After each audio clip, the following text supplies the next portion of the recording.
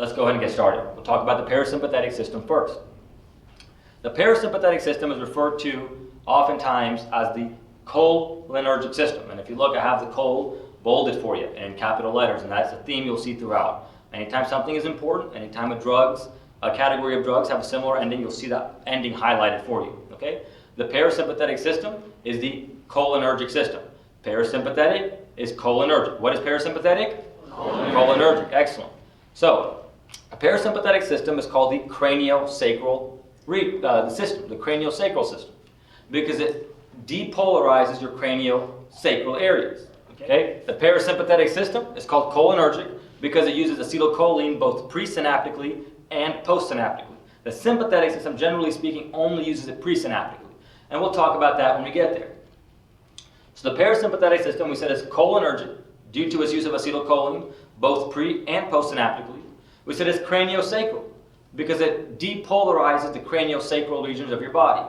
And the second messenger for parasympathetic is generally cyclic GMP, CGMP. What's the second messenger for the parasympathetic system? CGMP. Say it again. What's the second messenger? CGMP. CGMP. This is your cascade with nitrous oxide with cyclic GMP, right?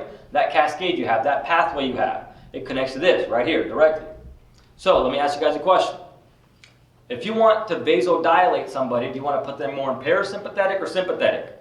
Parasympathetic, right? So a lot of these antihypertensive drugs that cause vasodilation that are used in the treatment of hypertension, okay, are parasympathetic drugs. They're going to put you into parasympathetic, which means that most of them, if not all of them, will increase cyclic GMP.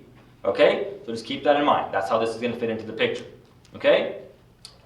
Now we have some other terms we have to get right in our mind before proceeding. And these terms are very important. That's why we're spending a little more time on it. Parasympathetic, we said, is cholinergic. Another word you can use is muscarinic. Muscarinic, because most of the receptors in the parasympathetic system are muscarinic receptors. Most of the receptors are what? Muscarinic. They are what? Muscarinic. So most of the receptors in the parasympathetic system are muscarinic. Okay? These are your M receptors, your M1, your M2, your M3, your M4, your M5. We're only going to talk about M1 through 3 because 4 and 5 aren't that important. Okay? So parasympathetic system, most of the receptors are muscarinic. Okay? We do have nicotinic receptors that also use acetylcholine in the parasympathetic system. Okay? In the parasympathetic system, we do have nicotinic receptors, but they are generalized to one of two areas: the neuromuscular junction and your autonomic ganglia. Your neuromuscular junction and your autonomic ganglia. So let's repeat. The parasympathetic system, the cholinergic system, most of the receptors in that system are muscarinic, but the ones that are nicotinic are located at the neuromuscular junction and at the ganglia. In the parasympathetic system, most of the receptors are muscarinic, but the ones that are nicotinic are located at the neuromuscular junction and at your autonomic ganglia. One last time. In the parasympathetic system, most of the receptors are muscarinic. The ones that are nicotinic are located at the neuromuscular junction and at the ganglia. Everybody tell me, the parasympathetic system, there's another word for it. What's that word? Cholinergic. Okay, you're right, it is craniosacral, but another term to describe it is going to be cholinergic. Let's try it again. Parasympathetic system is cholinergic, and you are correct, it is craniosacral. And the second messenger for the parasympathetic system is CGMP. And most of the receptors in the parasympathetic system are muscarinic, but the ones that are nicotinic, I said, are located in one of two generalized areas. What are those areas? Perfect. So neuromuscular junction and autonomic ganglia have your nicotinic receptors. Okay? Let's talk about some of these drugs. So we keep talking about how parasympathetic is cholinergic, right? So if you give somebody a cholinergic agonist, a cholinomimetic, you will make them more parasympathetic. That's what cholinergic means. Okay, so keep that term in mind as we continue. Okay? We talked about most of the receptors. They're muscarinic. Well, let's figure out where these receptors are located, and then we'll talk about the drugs. Like I said, we're going to take a receptor-based approach. So, in your body, the most important part of your body is your brain. What's the most important part of your body? Brain. And the number 2 most important part of your body is? The heart. Excellent. So let's take a guess. Where do you think M1 is located? Brain. So your CNS and also your ENS, your enteric nervous system. So M1 is located in your CNS and in your ENS. M2 is located in your heart. So look, the number 1 most important part of your body, the brain, M1. Number 2 most important part of your body, the heart, M2. M3 is everywhere else. So let's talk about what M3 does, okay? Now, whenever I say what I say, you guys repeat M3, okay? Now, don't worry about the answer because I gave it to you. The answer is going to be M3, okay? I'm going to ask you and you say M3. I want you to focus on the question I'm asking you. That's why I'm giving you the answer. Which receptor can I stimulate to increase exocrine gland secretions? M3. One more time. Which receptor can I stimulate to increase exocrine gland secretions? M3. Which receptor can I stimulate to increase gut motility? M3. Which receptor can I stimulate to increase exocrine gland secretions and increase gut motility? M3. Which receptor can I stimulate to cause meiosis via the pupillary sphincter? M3. One more time. Which receptor can I stimulate to cause meiosis via the pupillary sphincter? M3. Excellent. And which receptor can I stimulate to cause accommodation via the ciliary? M3. So what about meiosis via the pupillary sphincter and accommodation via the ciliary? M3. M3. Which receptor can I stimulate to cause bronchoconstriction? M3. Which receptor can I stimulate to cause bronchoconstriction? M3. And which receptor can I stimulate to cause bladder constriction? M3. Let's review all one more time. Which receptor can I stimulate to increase exocrine gland secretions? M3. M3. What about increased gut motility? M3. If I increase gut motility, that means I'm going to poop more. That's what increased gut motility means. Okay? So when you hear about how anticholinergics, which is the opposite of this, are used to treat diarrhea, you'll know why. When you know why, you'll know why anticholinergics make you hot and dry, because they'll block this increase in secretions. And we'll talk about the blocking effects, the antagonizing effects with the sympathetic system. I just want to give you a little prelude to it, okay? This is where all this stuff is coming from. You're hot and dry, okay? Treatment for diarrhea, etc., etc. Let's get back to M3. Which receptor can I stimulate to increase exocrine gland secretions and make you wet? M3. Which receptor can I stimulate to increase gut motility and make you go to the bathroom more? Number 2 especially. M3. Which one can I stimulate to cause meiosis? M3. Which one can I stimulate to cause accommodation? M3. Which one can I stimulate to cause bronchoconstriction? M3. Which one can I stimulate to cause bladder constriction? M3. So bladder constriction, M3 makes you pee. M3 makes you pee. Say it. M3 say it again. M3 makes say it one more time. M3 makes you pee. Okay? Now, let's talk about some of these drugs. See, cholinergics. Cholinergics, aka cholinomimetics, aka muscarinic agonists. Same thing. Cholinomimetics, cholinergics, muscarinic agonists. All describe the same types of drugs. I put cholinergics up here, and I've made chol nice and big for you so you can see them. So there's a couple drugs that we need to talk about that are cholinergics. And these cholinergic drugs will stimulate your muscarinic receptors, and they're going to be parasympathetic effects. Okay? So there's one drug we can give for post-op urinary retention. For post-op urinary retention. What does that mean? They're going to give them this drug when they can't pee, to make them pee. And we just said M3 makes you pee, right? So look, the name of the drug that can be used for post-op urinary retention is bethanechol. Say it. Bethanechol. What drug can I give for post-op urinary retention? Bethanechol. Which one? Bethanechol. See the col in it, the C-H-O-L? That tells you it's a cholinergic. That's whenever you see a drug or I ask you about a drug, say the name of the drug in your head. Because chances are the ending of that drug is going to give away a lot of hints to you. So bethanechol can be used for post-op urinary retention because M3 makes you pee, right? Then we have another one that can also be used for post-op urinary retention. And the name of that drug is carbachol. What is it? Carbachol. Now we have 2 drugs that can be used for post-op urinary retention. Bethanechol and carbachol. Which 2? Bethanechol and carbachol. Which 2? Bethanechol and carbachol. Excellent. Then we have one, okay? And this one's important. People have told me that they've seen this drug and their attendings have asked them about this in their PEDS rotations, okay? So let's talk about it. It's called methacholine. Methacholine. Once again, see the chol in it? That tells you it's a cholinergic agonist, a muscarinic agonist, a cholinomimetic. The name of that drug is methacholine. Everybody say it. Methacholine. Say it again. Methacholine. See, methacholine can be used in the asthma challenge test. Everybody knows that, but I want you to know why. Which receptor can I stimulate to cause bronchoconstriction? M3. See this drug, this cholinergic, this cholinomimetic? It'll stimulate M3, cause that bronchoconstriction, make you have a bronchospasm, it'll make you wheeze, and that's why we use it in the asthma challenge test. So what drug do we use in the asthma challenge test? Methacholine. Methacholine. Which drug? Methacholine. Let's review these 3 drugs real quick. Which 2 can I give for post-op urinary retention? Bethanechol and carbachol. Perfect. And which one do we use in the asthma challenge test? Methacholine. Then there's one more, and everybody messes this one up because it doesn't have the chol sound. The name of that drug is pilocarpine. Pilocarpine. We're going to rename it. We're going to call it pilocolpine. Say it. Pilocolpine. Say it again. Pilocolpine. Say it one more time. Pilocolpine. The real name of the drug is pilocarpine, but we call it pilocolpine so you don't forget that it's a cholinergic. This is the drug you give for the cystic fibrosis sweat test. Okay? What drug do I give for the cystic fibrosis sweat test?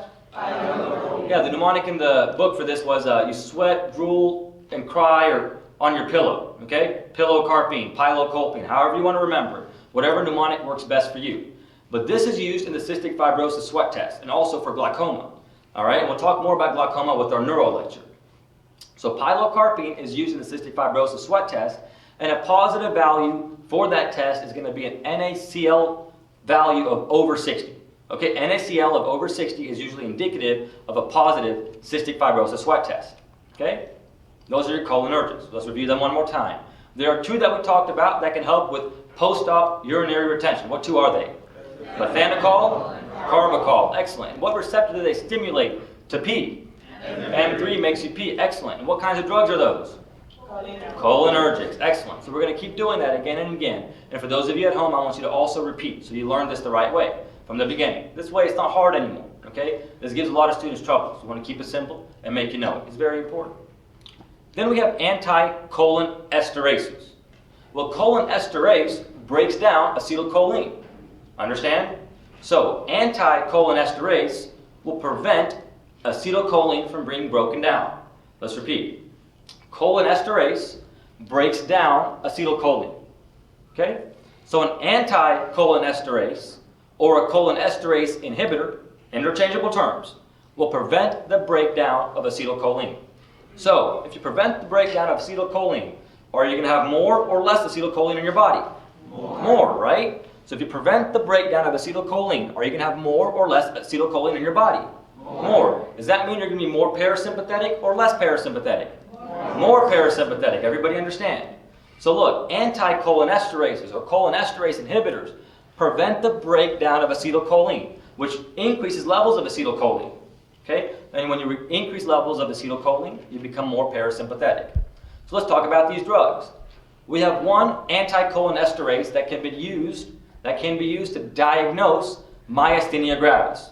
It can be used to diagnose myasthenia gravis as well as tell the difference between myasthenia gravis or a cholinergic crisis. Okay? The name of the drug that can be used to diagnose myasthenia gravis is edrophonium. What is it? Edrophonium. What's the name of the drug that I can give to diagnose myasthenia gravis?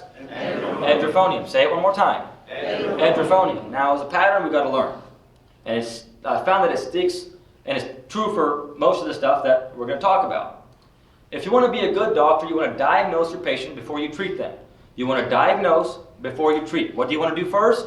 Diagnose. And then? Treat. So alphabetical order. Diagnose before you treat. The drugs that we use to diagnose conditions, as opposed to treat conditions, also go in alphabetical order. Notice this drug that used to diagnose myasthenia gravis is edrophonium with an E. Then we have two drugs that we can give to treat myasthenia gravis. Okay? There's two drugs we can give to treat myasthenia gravis. Those are neostigmine and pyridostigmine. So if you don't want myasthenia gravis no more, or if you want to get rid of myasthenia gravis, you give pyridostigmine or neostigmine. And you see in neostigmine, I've made the N and the O nice and big to make 2 points. The first point, you use it if you don't want myasthenia gravis no more. Pyridostigmine, to get rid of myasthenia gravis. But also know, because these two drugs do not cross the blood-brain barrier. Okay? So which two drugs can I give for myasthenia gravis treatment? Excellent. Neostigmine and pyridostigmine. Pyridostigmine and? Neostigmine and? Pyridostigmine and? Neostigmine and? Pyridostigmine and? Neostigmine and? And both of those drugs are what? Anticholinesterases. Well done. Okay? So anticholinesterases, one more time, will prevent the breakdown of acetylcholine and increase levels of acetylcholine in your body and make you more parasympathetic. So let's review these three drugs. Which drug can I get to diagnose myasthenia gravis? Edrophonium. And which two can I give to treat myasthenia gravis? Neostigmine and pyridostigmine. Excellent. Do those two drugs cross the blood-brain barrier? No, they do not. There's another one, okay? This one is called physostigmine. This will fix an atropine overdose. So they call it fixostigmine or physostigmine. Which drug can I give to fix an atropine overdose? Physostigmine. Which drug can I give to fix an atropine overdose? Physostigmine. Physostigmine. Now let's take a look here. It's something we got to make sure we understand. We had a pattern we talked about earlier. And we said if you overdose on something, you do the opposite, right? You overdose on something, you do the opposite. These drugs are anticholinesterases. These drugs make you more cholinergic, right? So let's review that one last time. I know I keep saying it, but it's important. Anticholinesterases prevent the breakdown of acetylcholine. Acetylcholine levels in your body go up and you become more cholinergic, more parasympathetic, more cholinergic, more parasympathetic. So these drugs make you more cholinergic. Atropine, which we'll talk about later, is an anticholinergic. What kind of drug is atropine? What kind of drug is atropine? So look here. If you overdose on an anticholinergic, you need to make your patient more cholinergic. Understand? They've taken too much of an anticholinergic. So you got to make them cholinergic. So if they overdose an atropine, which is an anticholinergic, you can make them more cholinergic by giving them physostigmine, which is an anticholinesterase. All right? So if somebody overdoses on atropine, what do you want to give them? Physostigmine. So what drug do we give to fix an atropine overdose? Physostigmine or fixostigmine. This drug does cross the blood-brain barrier. Does physostigmine cross the blood-brain barrier? Yes. Yes, it does. Okay? There's a couple other ones we need to talk about and we need to know. Okay? Everybody repeat after me. Say echo thigh. Say echo thigh. Echo thiophate. You see the I sound at echo thiophate? I want you to stress the I so you remember that it's used in the treatment of glaucoma. Okay? Echo thiophate, used in the treatment of glaucoma. Echo thiophate for glaucoma. Then we have another one. So if you have a patient that comes in with Alzheimer's, they say, I don't remember anything. What do they say? I don't remember anything. I don't remember everything. I don't remember anything. Or their girlfriend, or their boyfriend, or their husband, or their wife, or their grandmother, grandfather brings them in and says, hey, my loved one don't remember anything. You give them donepezil. What do you give them? If your patient don't remember anything, you give them? What do you give them? What do you give them? Exactly. So for Alzheimer's, you can give donepezil or tacrin. What's the other drug? Tacrin. Say it again. There's two anticholinesterases, which we can give to prevent the breakdown of acetylcholine, to increase acetylcholine levels in your body, which are low in Alzheimer's. So we're going to preserve what little acetylcholine you have by preventing it from being broken down by giving one of two drugs, donepezil or tacrin. Which two drugs? Which two drugs? Donepezil or tacrin. Those drugs are going to be lipid soluble because this is a CNS condition. So it must cross the blood-brain barrier. So if it's going to cross the blood-brain barrier, is it going to be lipophilic or lipophobic? Well, it must be lipophilic, right? It must be fat soluble. It must be lipophilic. It must love lipids. Lipophilic. Lipophilic. Loves lipids. It'll cross the blood-brain barrier. Everybody understand? So, donepezil and tacrin, are they lipophilic or lipophobic? Lipophilic. Are they charged or uncharged? Uncharged. Most of the drugs that are going to be crossing these barriers are going to be uncharged.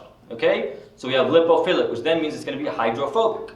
Lipophilic and hydrophobic go together. Okay? Water hating, fat loving. Okay? So let's review the anticholinesterases one more time. Which anticholinesterase can I give to diagnose myasthenia gravis? Edrophonium. Which two can I give to treat myasthenia gravis? Neostigmine and pyridostigmine. And you notice the alphabetical order? Look, edrophonium to diagnose, neostigmine and pyridostigmine, they come later in the alphabet. They are used to treat myasthenia gravis. We also said, remember, that there are neuromuscular junction. We have these receptors at the neuromuscular junction, these nicotinic receptors at the neuromuscular junction that also use acetylcholine. So we have up here how neostigmine can be used to reverse a neuromuscular junction blockade. Neuromuscular junction blockade can be reversed with the drug that starts with an N, neostigmine. And we'll talk more about that when we get to the neuro lecture. Okay? Now, before you guys ask me this question, I'm going to go ahead and answer it. People always say, well, I've seen that physostigmine can be used to treat myasthenia gravis. Sure it can. Because all the drugs in the same categories work in similar ways. Understand? All the drugs in the same category work in similar ways. But the best answer on your exam is going to be neostigmine or pyridostigmine. The best answer for reversing a neuromuscular junction blockade will be neostigmine. Now, which drug can I give to fix an atropine overdose? Physostigmine. Well done. Which drug can I give to fix an atropine overdose? Physostigmine. Does physostigmine cross the blood-brain barrier? Yes. And then we talked about one we can give for glaucoma. What's the name of that drug? Ecothiopate. Perfect. Ecothiopate for glaucoma. And we talked about two lipid-soluble, two lipophilic, two hydrophobic drugs that cross the blood-brain barrier and are used to treat Alzheimer's. What are those two drugs? Donepezil and tacrine. Tacrine and? Donepezil and? Tacrine and? Donepezil and? And all those drugs we talked about are anticholinesterases, which once again will prevent the breakdown of acetylcholine, increasing acetylcholine levels in your body, making you more cholinergic, making you more parasympathetic. That being said, let's talk about some anticholinergics. Okay? Anticholinergics will antagonize your M1, your M2, and your M3 receptors. Got it? That's why they're called anticholinergics. They're going to be anticholinergic, anti-muscarinic, anticholinomimetic. Same thing. Okay? So anticholinergic is the same as anti-muscarinic. Okay? There are several anticholinergics we need to know. But before we do that, let's talk about these receptors. Normally, which receptor do I stimulate to increase exocrine gland secretions? M3. Which receptor do I normally stimulate to increase gut motility? M3. Which receptor do I normally stimulate to cause meiosis? M3. Which receptor do I normally stimulate to cause accommodation? M3. Which receptor do I normally stimulate to cause bronchoconstriction? M3. Which receptor do I normally stimulate to cause bladder constriction? M3. So now let's take a look here. That's what happens when I stimulate M3. But now I'm going to antagonize it because these are anticholinergics. So which receptor can I antagonize to decrease exocrine gland secretions? M3. Which receptor can I antagonize to decrease exocrine gland secretions? M3. Now when you're asked, why do anticholinergics make you hot and dry? Well, you're decreasing secretions. That's going to make your patient dry. Okay? Which receptor can I antagonize to decrease gut motility? M3. Which receptor can I antagonize to decrease gut motility? M3. So now if you decrease gut motility, guys, are you going to poop more or less? Less. You're decreasing gut motility. Are you going to poop more or less? Less. Excellent, right? So if you increase gut motility with a cholinergic, you'll poop more. If you decrease gut motility with an anticholinergic, you'll poop less. This is why anticholinergics can be used in the treatment of diarrhea. So, anticholinergics antagonize M3 and decrease their exocrine gland secretions, making you dry. It decreases gut motility, making you go number 2 less. And then they always ask, why do anticholinergics cause myadriasis and loss of accommodation? Well, we just talked about how M3, when it's stimulated, causes meiosis and accommodation. Well, what's the opposite of meiosis? Myadriasis. What's the opposite of accommodation? Loss of accommodation, or cyclopegia. So now when you antagonize these receptors, you lose that meiosis, you get myadriasis. You lose that accommodation, you get loss of accommodation. Everybody understand? This is why anticholinergics can cause bronchodilation, because you block the bronchoconstriction. This is why blocking M3 will make you not pee, because M3 makes you pee. Everybody understand? So your cholinergics, anticholinesterases, and now your anticholinergics. So let's talk about your anticholinergics. There's one that can be used to cause myadriasis with cyclopegia. What's the name of that drug? Atropine. Which anticholinergic can I give to cause myadriasis and loss of accommodation? Atropine. Well done. Atropine. Then there's another anticholinergic. There's 2 more especially that we use in Parkinson's. We use these 2 drugs in Parkinson's, and the mnemonic everybody knows is park your bends, park your bends. Benztropine. But if I was writing the exam, I would ask you about trihexyphenidyl, because benztropine is just too easy. Okay? So there's 2 drugs we can give for Parkinson's. 2 anticholinergics we can use for Parkinson's. They are benztropine and trihexyphenidyl. Benztropine and trihexyphenidyl. So let's go. Benztropine and? Benztropine and? And trihexyphenidyl and? Trihexyphenidyl and? Benztropine and? Trihexyphenidyl and? Benztropine and? Trihexyphenidyl and? Benztropine and? those two anticholinergics are used for Parkinson's, benztropine and trihexyphenidyl. Now look at all these sounds. Look at this.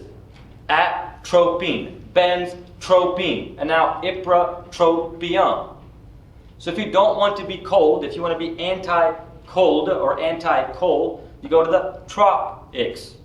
If you want to be anti-cold or anti-cold, you go to the tropics.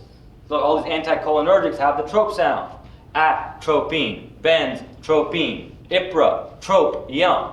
Right? I pray, I breathe. Say it. I pray. I pray, I breathe. Say it again. I pray. I pray, I breathe. Say it. I pray. Say it like you really want to breathe. Say it. I pray, I breathe. Go. I pray. There you go. Ipratropium. This is safe to give in asthma and COPD. Okay? It's safe to give in asthma and COPD because it doesn't mess with your bronchioles. It doesn't mess with your secretions as much. So which anticholinergic is safe to give in asthma and COPD patients? Ipratropium. Which one? So which anticholinergic, guys, is safe to give in asthma and COPD patients? Ipratropium. I pray, I breathe. I pray, I breathe. Ipratropium. Okay? Then we have another one. These two are very important because these two drugs will help you go to the bathroom less. They're going to help you go to the bathroom less. What are they going to help you do? Go to the bathroom less. So these drugs, remember, anticholinergics. Cholinergics stimulate M3. Anticholinergics antagonize M3. M3 makes you pee. You antagonize M3, you don't pee. M3 makes you pee. Blocking M3 makes you not pee. Which is why these two drugs help you go to the bathroom less. And I keep saying go, go, go because these drugs start with G and O. Glycopyrrolate and oxybutynin. And these drugs students always forget because they don't have a pattern and they seem confusing. But we're not going to forget them. So let's go. Glycopyrrolate and oxybutynin are the two drugs you can give to decrease urgency in mild cystitis, or decrease urgency period. Mild cystitis is just a condition that tends to give people a sense of urgency. Okay? So, if you want to help somebody from going to the bathroom too much, if you want to help them go to the bathroom less, you can give them glycopyrrolate or oxybutynin. Glycopyrrolate and oxybutynin and glycopyrrolate and oxybutynin and glycopyrrolate and oxybutynin and. So glycopyrrolate and oxybutynin can help decrease urgency and make your patient go to the bathroom less. Then we have another drug that's used for motion sickness. The name of that is scopolamine. Which one? Scopolamine. Which one? Scopolamine. So which anticholinergic can I give for motion sickness? Scopolamine. I don't ever go on both. That's not my thing. But they're talking about a periscope. Helps you understand or remember motion sickness. If that works for you, use it. Scopolamine can be used as a treatment for motion sickness. Everybody understand? What's the name of that drug? Scopolamine. Excellent. So that's your anticholinergics lecture, and that brings us to the end of parasympathetic.